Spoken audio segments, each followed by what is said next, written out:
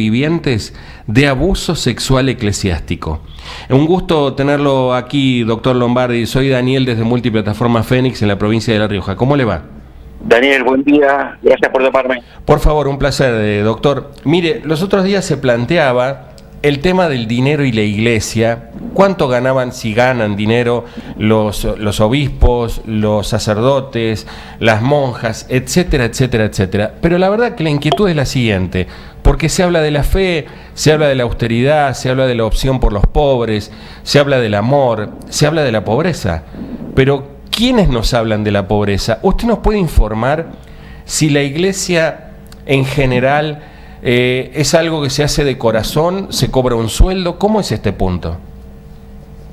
A ver, una cosa es el funcionamiento de la institución, otra cosa es cómo practica la religión cada uno.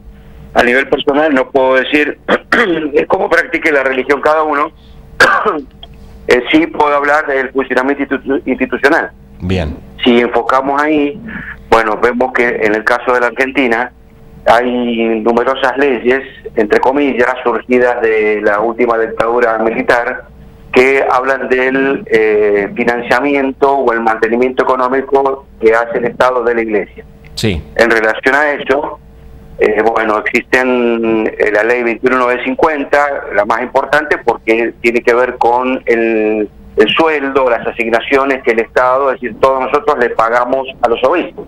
Ajá. Y que ascienden a el 80% de lo que gana el juez nacional de primera instancia. En este momento no estoy en condiciones de afirmar o de determinar el monto, pero no debe ser poco. No, está... Tal que en principio, digamos, los obispos que hablan de pobreza no son pobres justamente porque por esta razón. Y además, algún dato muy importante, los arzobispados y obispados de la Iglesia Católica que están en la Argentina tienen un patrimonio inmobiliario muy importante, sumado al de las congregaciones religiosas que va en paralelo al de los arzobispados. Bien. Si uno se pone también a investigar en los registros de propiedad raíz o registros inmobiliarios provinciales, se va a dar cuenta o van a surgir propietarios o latifundistas como por ejemplo la congregación salesiana, una de las más poderosas económicamente dentro de la iglesia. Al buscar, doctor, lo que gana un juez federal de primera instancia, el básico, más o menos ronda, hay que ver los aumentos últimos, en 700.000 pesos. O el básico o el sueldo general. Y entonces uno puede inferir que el sueldo de un obispo sería entre 400 y 500.000 pesos. Bueno, no deja de ser importante la cifra, el monto, ¿no es cierto? Uh-huh. Habría que ver además cuál es el destino de ese sueldo, de esa asignación mensual, porque recordemos que ese dinero sale de los impuestos de la gente. Entonces acá hay fondos públicos respecto a los cuales habría que rendir cuentas. ¿Se debe rendir? ¿Ellos pagan, el obispo paga impuesto a las ganancias? Tengo entendido que no, hasta digamos los últimos registros de la AFIP y en la ley de presupuesto general de la nación, los obispos no pagan ganancias. Bien, ¿cómo es la iglesia en general con las mujeres, con las monjas, con las personas que abrazan la religión católica? ¿Las discrimina, no las discrimina? ¿Cómo es el tema con respecto a las mujeres, doctor? A ver, para determinar si existe discriminación o no en cuanto a las mujeres, hay que ir a la legislación interna que tiene la Iglesia, y esa legislación interna es el Código de Derecho Canónico. Ahí existe normativa que distingue dos regímenes en cuanto a la igualdad. A ver. El régimen propio del clero, el régimen propio de los laicos, y un tercer régimen o sistema que tiene que ver con las obligaciones en común y los deberes en común que tienen. Es decir, un sistema en común o que comparten laicos y sacerdotes. En cualquiera de los tres existen diferencias en el trato respecto a las mujeres. Ajá. Es más, hay teólogos, como por ejemplo un teólogo español, Juan José Tamayo, que habla que dice en alguna de sus obras, que la mujer no es un sujeto moral, que la moral católica la elaboran clérigos varones. ¿Perdón? No es un sujeto eclesial porque la dirección de numerosas organizaciones o entidades dentro de la estructura de organización y funcionamiento de la Iglesia está a cargo de sacerdotes varones.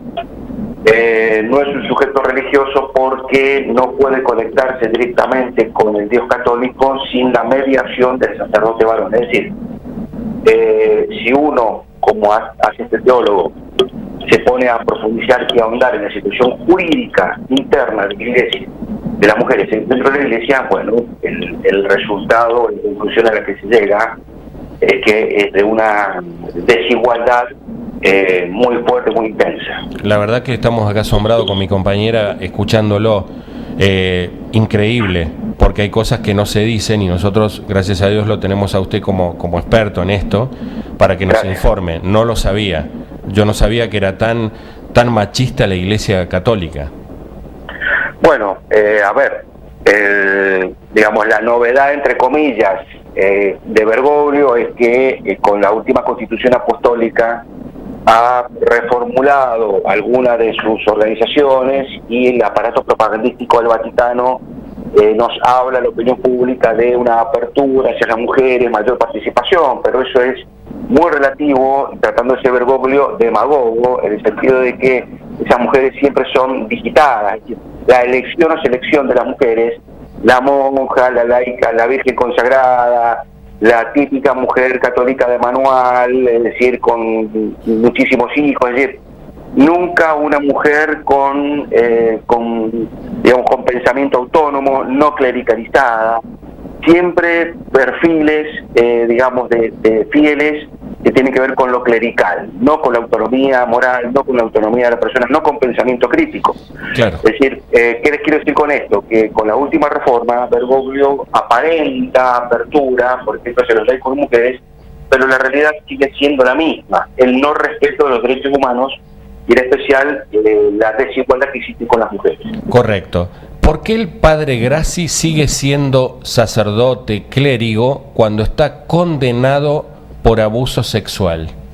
Y sigue dando, da misa, celebra misa en la cárcel.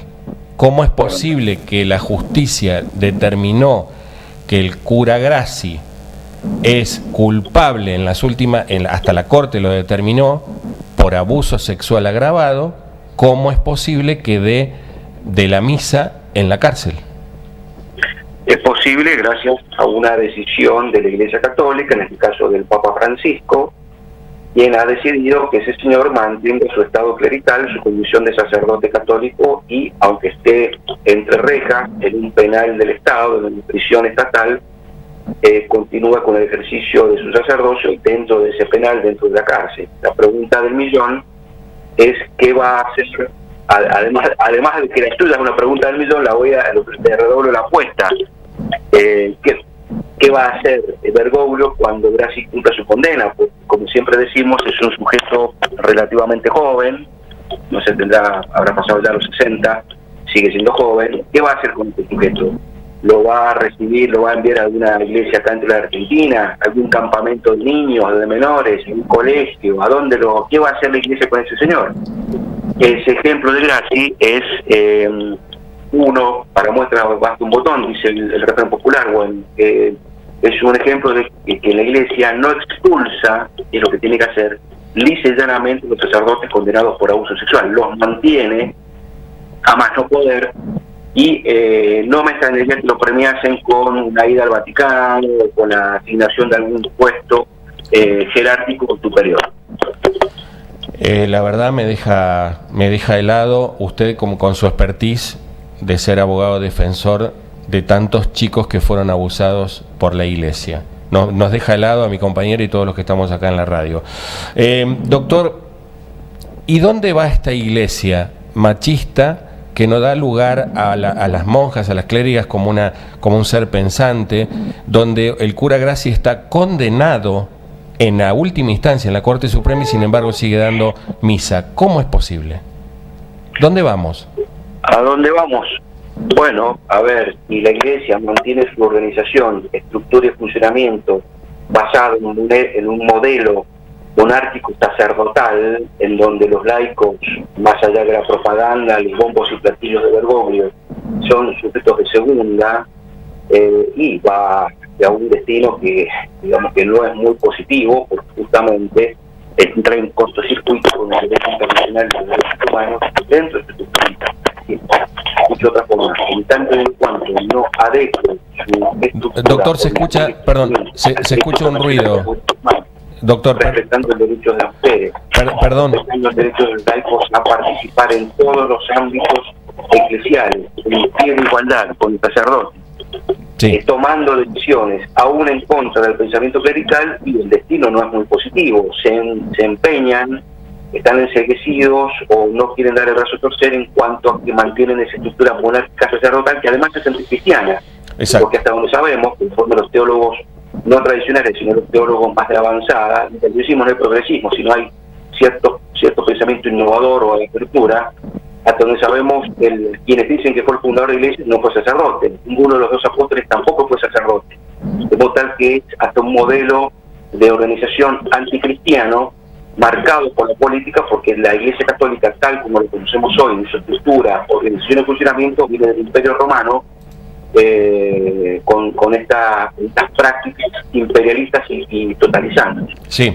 Doctor, la última, agradeciéndole en 2 líneas, ¿cómo está el tema del el obispo riojano Braida? En una línea, ¿cómo está?